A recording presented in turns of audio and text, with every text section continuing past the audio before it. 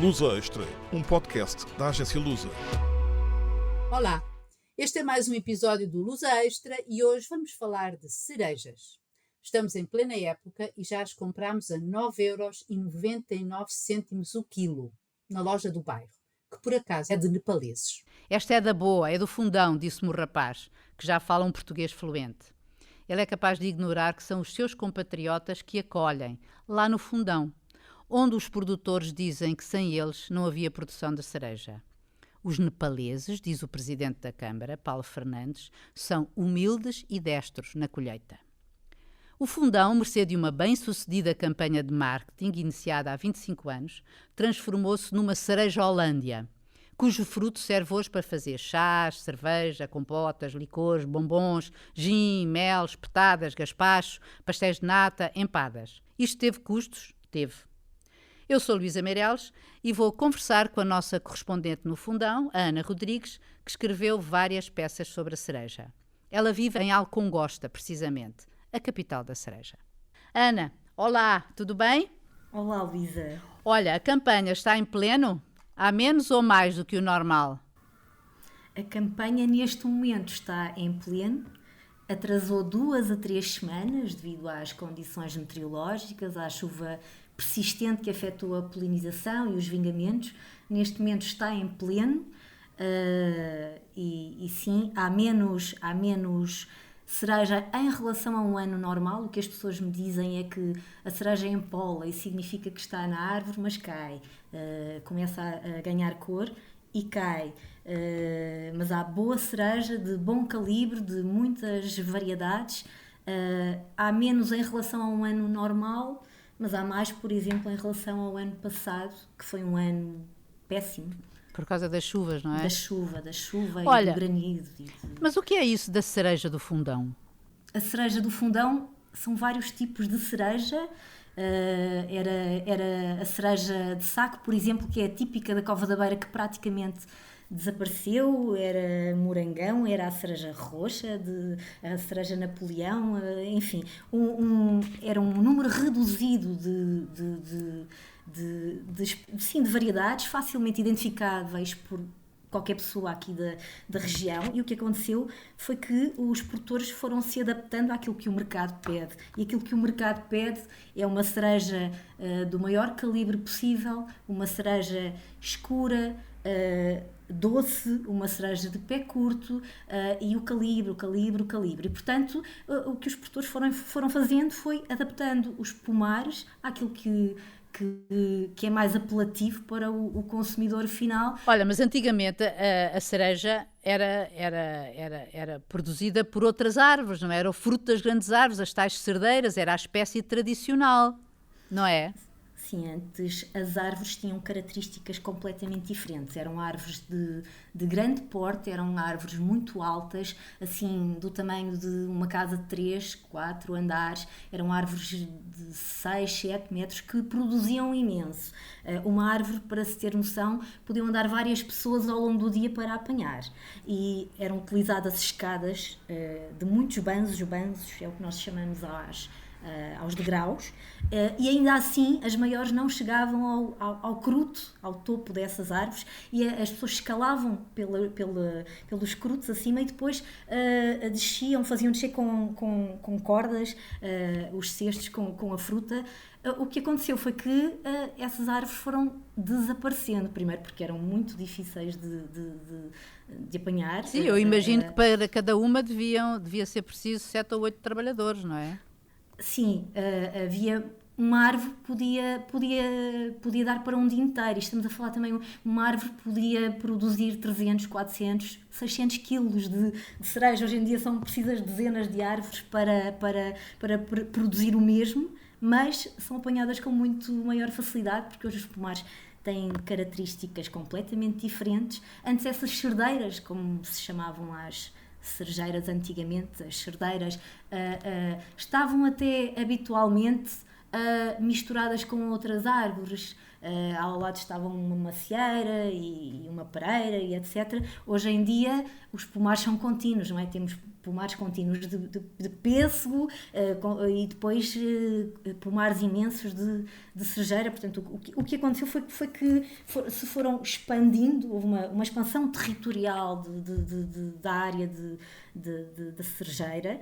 Essas árvores antigas foram sendo arrancadas porque não têm a mesma produção, não são tão produtivas. Eu diria que não é tanto por aí, não têm se calhar o mesmo valor comercial e foram substituídas por outras com Ou seja, essas características. Tu estás-me a dizer, neste momento o que tu tens é cultivo intensivo da cereja, não é? E por isso tiveste que as substituir por novas espécies, não é? Sim, eu diria que há um misto, não sendo especialista, eu diria que há um misto. Essas cerdeiras e muitos dos cerejais são de sequeiro. Essas tradicionais era tudo de sequeiro e muitos, eu diria que a maioria dos novos pomares é tudo exige rega. São árvores muito pequenas, essas escadas foram reduzindo de tamanho, depois houve, até porque dava também trabalho na apanha andar a mudar as escadas de umas para as outras, foram reduzindo de tamanho, depois foram sendo substituídas por escadotes de alumínio muito mais leves e hoje em dia apanham-se do chão. São árvores de 3 metros, 2, 3 metros, são árvores muito pequenas, mas a perder de vista. Olha, mas diz-me uma coisa, porque agora há a festa da cereja, não é? Já houve no Fundão, há outros noutros sítios e ainda por cima há uma série de programas, não é? Há até experiências holísticas, como eu vi, até há um escape room no pomar. Mas que coisas são estas? Que programas são? Bem, a festa da cereja foi no último fim de semana, realiza-se desde 2006, essencialmente foi assim uma montra e um estímulo à criatividade das pessoas para lhe darem utilizações diferentes. Isso foi acontecendo ao longo dos anos e hoje em dia, de facto, a cereja é muita coisa. A cereja tanto pode ser um prato, pode ser um artesanato, pode ser doce, está transformada numa multiplicidade de outros produtos. Associado a isso, existe um conjunto de programas turísticos. Durante a Festa da Cereja, normalmente a hotelaria, não apenas do concelho como da região, fica lotada. E, portanto, isso tem um impacto grande na economia local. Associado a toda a campanha da cereja, a primeira é as Cerejeiras em Flor, que é um programa que traz imensa gente ao Fundão e, portanto, as pessoas podem passear entre os pomares de comboio turístico, de tuk-tuk, podem ir fazer alugar uma cesta de piquenique e fazer piquenique. Já houve anos em que era possível requisitar um músico e portanto, comer cerejas ao som dos violinos ou de um concerto, exatamente. Este ano a novidade é um spa no pomar e uma escape room, portanto é um jogo, não é? Há mesmo uma multiplicidade de oferta associada à cereja do Fundão. As pessoas podem fazer imensas coisas, podem, sei lá, caminhadas meditativas, há trail, há corridas. Oh Ana, isso na verdade é uma cereja Holândia. No fundo acaba por ser, uma deriva da tal marca cereja do Fundão, da tal... a cereja já não é apenas o fruto. Hoje em dia a cereja é uma marca, não é só um território, é tal marca identitária, é uma cereja que é muitas coisas, é muitas coisas a nível turístico, é muitas coisas a nível gastronómico. Foram desenvolvidas, por exemplo, muitas receitas à base de cereja. Os restaurantes locais têm a decorrer um festival, Fundão Aqui Come-se Bem, que portanto, cada restaurante tem uma receita à base de cereja. Sim, agora isso dá para perceber porque é que a cereja agora também se chama Rubi, ou Petróleo, ou a Princesa, não é? Ou a Rainha, enfim. Eu diria que O que acontece neste momento, o que aconteceu foi um boom, e hoje em dia não há ninguém que fale no fundão e que não associe o fundão à cereja. Exato. Mas aquilo que eu noto é que isso já acontecia antes em pequena escala e era um fenómeno localizado, porque, por exemplo, quem é de aldeias como Alcongosta, que se designa como a capital da cereja, onde se realiza a festa da cereja, onde vai ser em breve inaugurado a quinta Ciência Viva da Cereja e das Ideias, onde está localizada a Casa da Cereja, que é uma das casas da rede de Casas do Saber e do Sentir do Fundão, já sempre teve essa noção da importância da cereja na economia local, e para o concelho e para a região a localidade era imediatamente associada à cereja. O que eu penso que aconteceu com esta campanha de promoção do fruto foi que aquilo que acontecia antes com a localidade, com essa aldeia, para o concelho e para a região, passou a acontecer. O fundão passou a ser isso para o país. Há essa associação imediata. Percebo, mas diz uma coisa, mas isso quanto custou?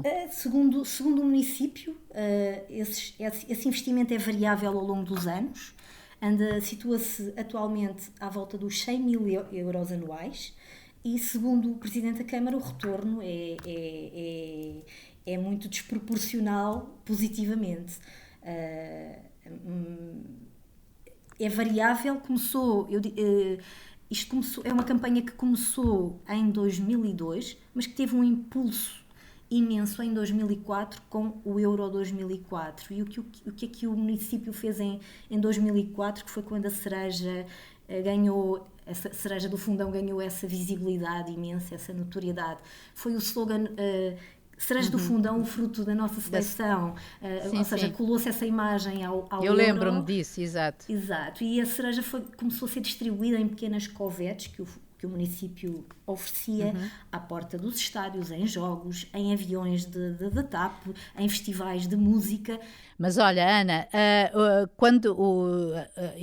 tu disseste que o investimento do município anda à roda dos 100 mil euros ano, uns anos mais, outros menos, mas e hoje isso produz um rendimento ou um valor agregado de quantos milhões, digamos assim? Bem, segundo o município, porque não tenho como fazer essas contas, Claro. mas segundo o município, todo esse cluster, todo esse ecossistema que inclui o fruto, os derivados e tudo o que deriva do aproveitamento do fruto ou da imagem associada ao fruto, ronda os 20 milhões de euros anuais no concelho, que é um número bastante significativo. Mas o investimento ao longo destes quase 25 anos também foi significativo.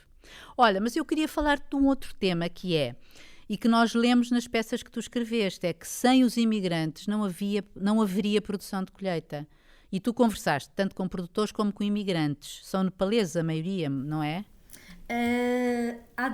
O Fundão é um município... O Fundão foi distinguido pela Comissão Europeia como uma das capitais europeias da inclusão e da diversidade. É um município onde vivem pessoas de 75 nacionalidades e que tem também um centro de migrações, cuja primeira ala foi justamente uma residência para trabalhadores temporários. Agora tem também uma residência para requerentes de asilo e refugiados, uma residência para alunos estrangeiros, sobretudo para Lopes, mas existem muitos, não é de agora, há muitos anos que se nota que trabalhadores sazonais chegavam.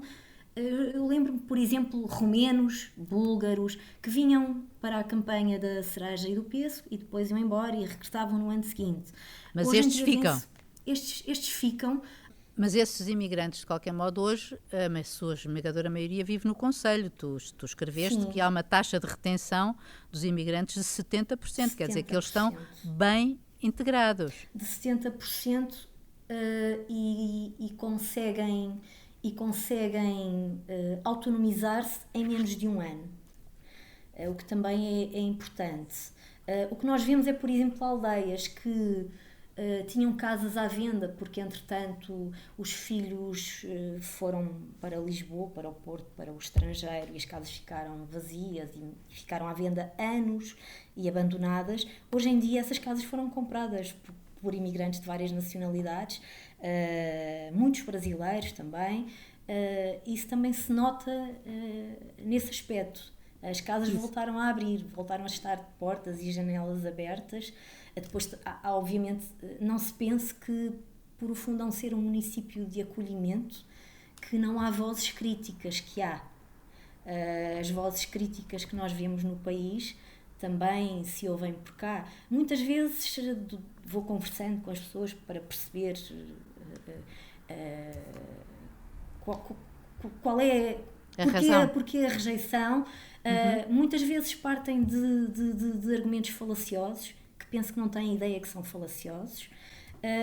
Outros terão alguma razão. Por exemplo, não tenho onde pôr o meu filho na creche.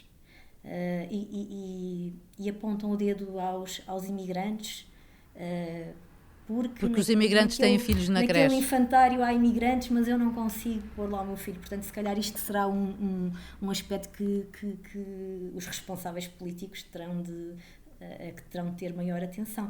Mas sim, porque possivelmente são esses imigrantes que estão a dar um crescimento demográfico ao concelho, não é? Sim, quando falamos em imigração no concelho, nós não estamos a falar apenas de pessoas que vêm para a agricultura, sendo que estes nepaleses, estes paquistaneses, indianos têm, segundo dizem os produtores, maior propensão, maior apetência para a agricultura.